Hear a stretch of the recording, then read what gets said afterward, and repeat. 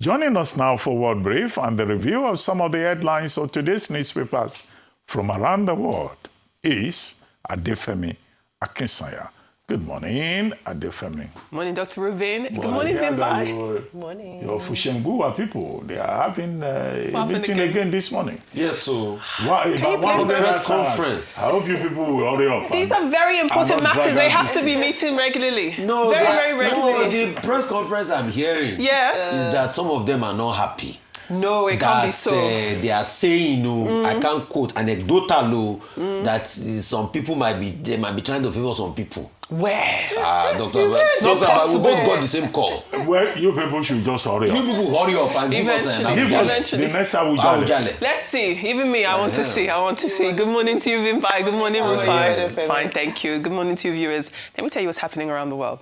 Now, Ukrainian President Volodymyr Zelensky has cancelled his trip to Davos after Russia launched a massive strike on Kyiv, the Ukrainian capital. Now, Russia launched 339 drones and 33 missiles targeting the Ukrainian capital, leaving 335,000 people without electricity, heating, or water amid freezing conditions. It's a situation so grave, Zelensky says that he cannot leave the country to attend the World Economic Forum taking place in Davos.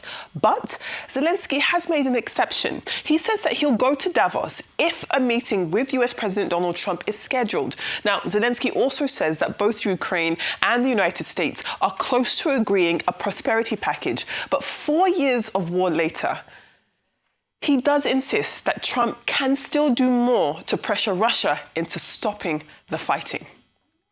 Moving on now, the Chagos Islands are back in the geopolitical spotlight, and that's following criticism from US President Donald Trump, which has reopened the debate over one of Britain's most controversial colonial legacies. To be clear, the United Kingdom will press ahead with plans to hand the Chagos Islands back to Mauritius, despite Donald Trump calling it an act of great stupidity and saying it was among the reasons that he wants to take over Greenland. Let's take a look at how we got here.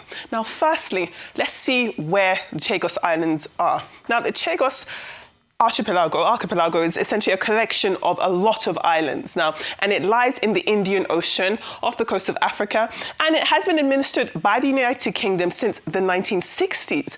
But Mauritius, just below here, has long argued that the islands were unlawfully detached from its own territory before independence from the United Kingdom. Now, between the late 1960s and early 1970s, Britain forcibly removed around 2,000 Chagosians from the islands. You can see some of the native population on the far end of the screen there. And what they did in banishing them essentially was cleared the way for a major US military base on Diego Garcia. This is Diego Garcia. It's the name of the island, and that is where the US military base remains. It's also now one of Washington's most strategically important overseas installations to this day. Now, when we're looking at international pressure, things get a bit more interesting because over the years, you've got the likes of international bodies mounting pressure on this region of the world. So in 2019, the United Nations top court advised that Britain's administration of the islands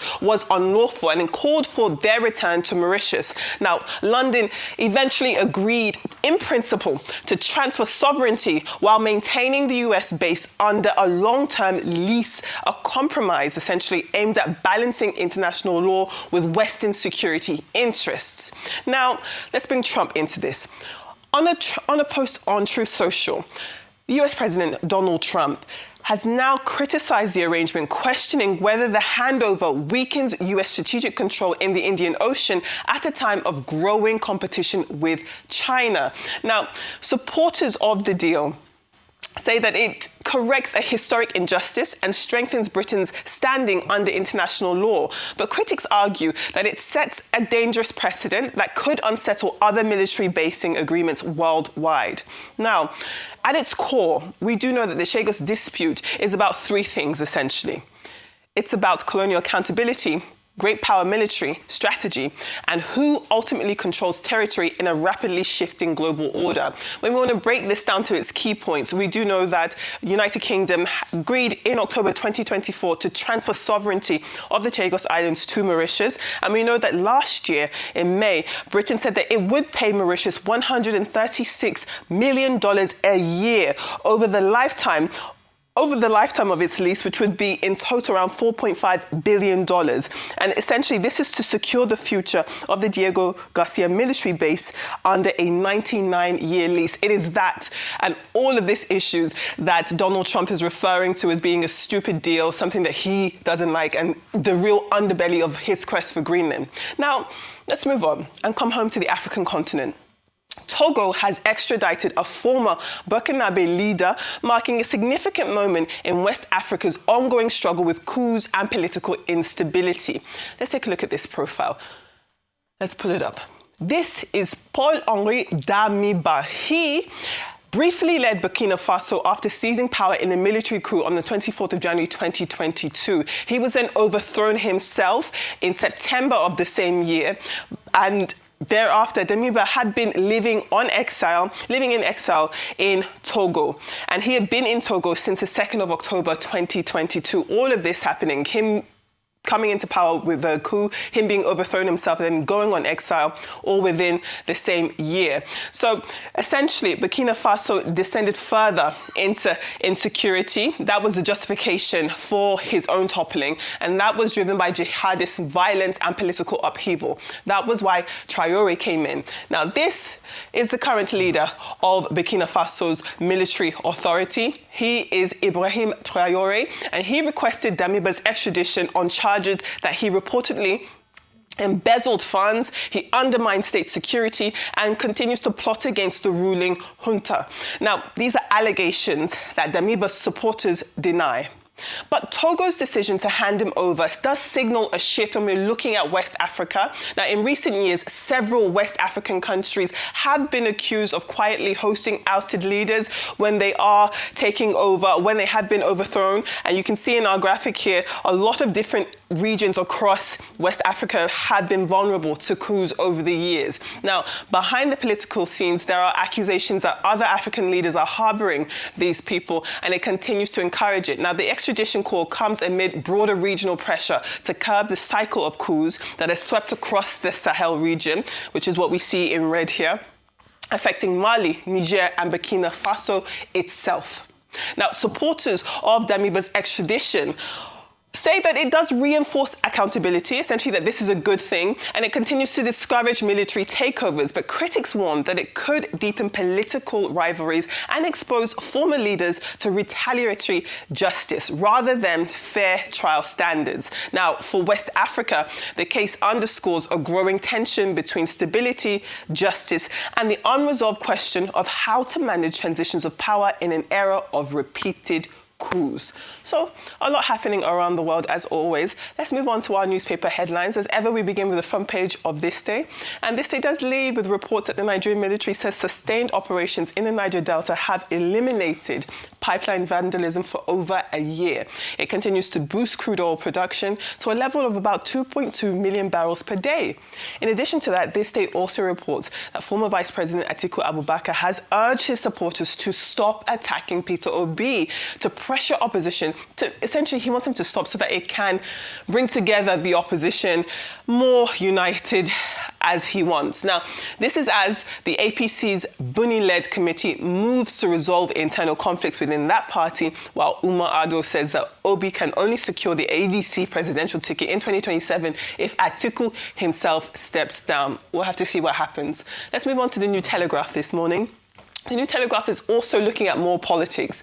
On the front cover, we can see that there are reports that the PDP has sown its own 2027 presidential ticket to the South, saying that former President Goodluck Jonathan and other Southern members are free to contest.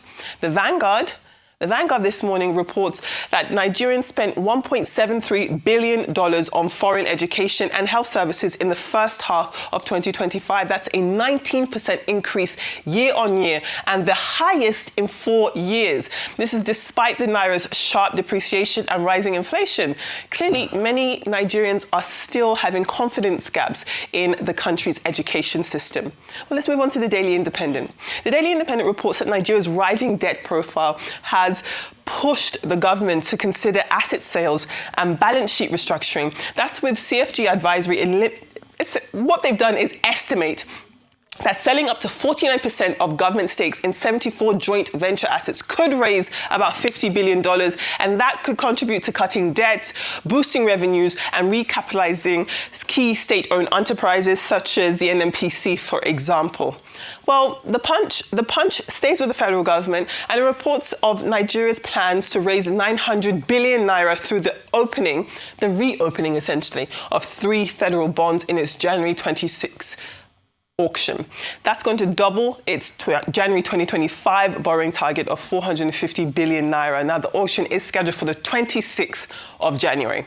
Also on the front page of The Punch, reports that the former Attorney General, Abubakar Malami, is facing intense investigation by the Department of State Services, the DSS, after being arrested shortly after his release from Kuje Correctional Center. Malami, who was granted bail in a money laundering case involving 8.7 billion naira, is now facing probes for alleged terrorism financing and possession of arms. So very serious stuff there.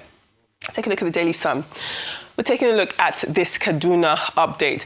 Now, a community in Kaduna has released the names of 117 worshippers allegedly abducted during church services. And that clearly stands in the face of what the police and government had been denying. So clearly, there are people missing. And moving on to our foreign papers, let's take a look at the Daily Telegraph. The Daily Telegraph has Donald Trump. He has told the UK Prime Minister Keir Starmer that he needs to straighten out the UK and observe that he and France's Emmanuel Macron will essentially, they both get a little bit rough, he said, when he's not around because, you know, he's their daddy, clearly. Now, his remarks come as Britain's rift with the White House over Chagos Islands and Greenland continues to intensify. The Guardian this morning reports that European leaders have lined up on Tuesday to condemn Donald Trump's new colonialism as US president, said that there was no going back on his aim of taking hold of Greenland. After weeks of threats from Mr. Trump, Emmanuel Macron, who himself was donning sunglasses due to, I heard, like I said, that, you know, there was a burst blood vessel. Some other reports said that there was some sort of eye condition, but that's why he's got his sunglasses on. And he went on to say that he preferred respect to bullies. Then we have the Daily Mail. Spy chiefs in the United Kingdom have accused the UK Prime Minister of giving up Britain's national security in exchange for a better trading relationship with China. That's after plans for a Chinese super embassy in London were approved. And lastly, the Daily Star has a bit of an update on this rift with the Beckhams. So what we have is David Beckham himself. He reportedly indirectly responded to his son Brooklyn's open letter outlining the reasons why he's estranged from his controlling family. Now, the paper says that the former England footballer said that parents must let their children make mistakes. He made those comments during an interview at Davos, and he wasn't talking about his son specifically, but, you know, people are drawing parallels. So those are your newspaper headlines and your brief. Love to hear your thoughts. Thank you so much, Femi. As regards Trump, again, what should we say?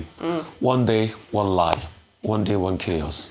In 2025, when that deal was done, Trump actually endorsed the deal because the sweetener in the deal was the fact that, and you know, it's a UK-US joint military base out in Diego Garcia.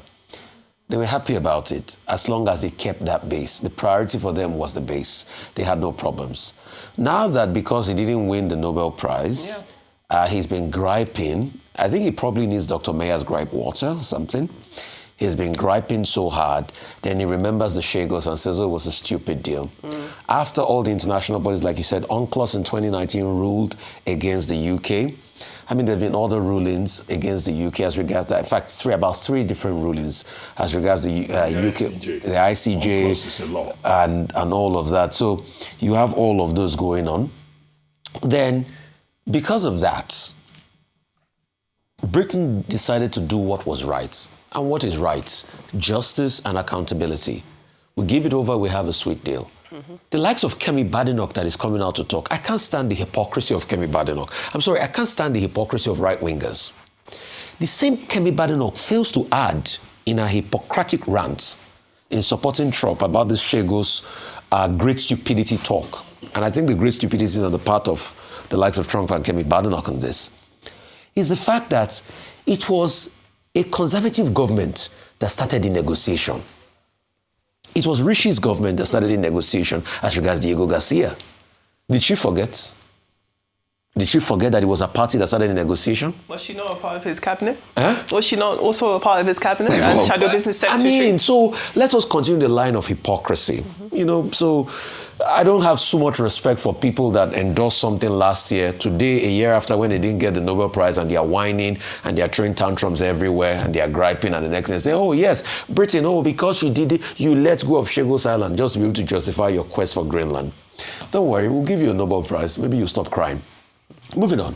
As regards what is happening in Africa, it's a terrible one, what we're now having, where you have a lot of coups happening. We are back to the era of coup and coup plotters and all of that. But for me, the justification of extraditing somebody back, I'm talking about the Burkina Faso president, is quite shocking. Because you equally also forcefully did take power. So if you say this person is plotting a coup against you from somewhere apart, and I don't even know why Togo agreed to that to be able to extradite, maybe because of their relations with Burkina Faso, and then now you talk about embezzlement and all of that. See, if another government gets into Burkina Faso now, they will find charges of embezzlement even against himself, that is extraditing somebody. But the shocking thing is that a country that had a democratic government at some point in time now has to go through a cycle where two military leaders are fighting. I think it's not a good one for the African continent. I think our leaders must wake up. Right, let me pick up from that. This cooperation between Masibe and Ibrahim Traore is quite an interesting development for me, because in the past we've heard the foreign minister of Togo speak about the fact that Togo has not ruled out the aspect that they may join the Alliance of Sahel States. Now, this newly found cooperation now begs the question, is this an indication that there's warming between the relations between Burkina Faso and Togo? Why is Togo important? Togo is important because it gives access to the sea. And currently, the Alliance of Sahel States doesn't have sea access. So it would be a very strategic development. Now, apart from that, trade has been hugely impacted in West Africa by the creation of AES and ultimately the exit from ECOWAS. Here in Nigeria, exports to the ECOWAS region fell by 13%. This is due to the exit of those states from ECOWAS. So I think this is something that we need to watch, because potentially we might see the Alliance of Sahel States gaining a new member who gives them access to the sea. Now, very quickly, we now move on to, let me touch on France. Macron speaking about new colonialism and imperialism, I was quite in awe, because all I was thinking to myself, Reunion, Guadeloupe, French Guiana, Mayotte, Martinique, you still have territories that are under your quote-unquote colonial rule. So let's not speak about any new colonialism. You also still control the reserves of a number of African countries through CFR. So it's this hypocrisy that Rufai speaks of, where you now come to the world stage and you want to claim piety. Meanwhile, you're the guardian of colonialism and neocolonialism in its most direct form in modern era under your own administration. Great, thank you. Well, why is the Chagos Archipelago important? 600 islands, between Indonesia and Mauritius in Africa. Now, first, the British took it over in 19th century from the French. And then in 1968, when they granted independence to Mauritius, that's the British, they decided to hold on to the Diego Garcia and the islands surrounding it, because it's a very strategic, remote location in the world. You cannot see what is going on there except from space. So it's a very secretive space. Then in 1970, the British then allowed, through some form of alliance, the US to join it to set up a military base in that place. And the military base, of course, they built it up within 10 years. So very secure. And they've used that base for operations in Iraq, in Afghanistan, and in other parts of the world in a secretive manner. And then, of course, the Chagosians protested 2 levels. One, the Chagosians said they were expelled to Mauritius, to Seychelles, and also to Mauritius without their consent. So you have, the Chagosian nationalism drive. And then you also have Mauritius, of course, going to the ICJ in 2018 and even before then. So a series of court decisions that said England, the UK must give the land back. Now, the position, the compromise that was then reached, eventually a deal was signed, May 2024, is that, look, the UK can hold on to Diego Garcia for 99 years, renewable for another 40 years, and pay £110 million per annum. So that is the problem. The US played along. Marco Rubio said it was, an extraordinary achievement. And now Trump is saying something different. So, again, what is underlined here is the hypocrisy of President Trump, personally. But Chagosians have also come up to say, well, we were never consulted. And Kemi Badenoch says, this was a wrong policy priority. But there is going to be, in the House of Commons and the House of Lords, what is called ping-pong, going back and forth to work out the wordings. So you are also likely to see more drama going ahead. As for Togo and Burkina Faso, the main issue is that Togo decided to extradite Damiba on the basis of reciprocity and that there will be no death penalty. Would that happen? It remains to be seen.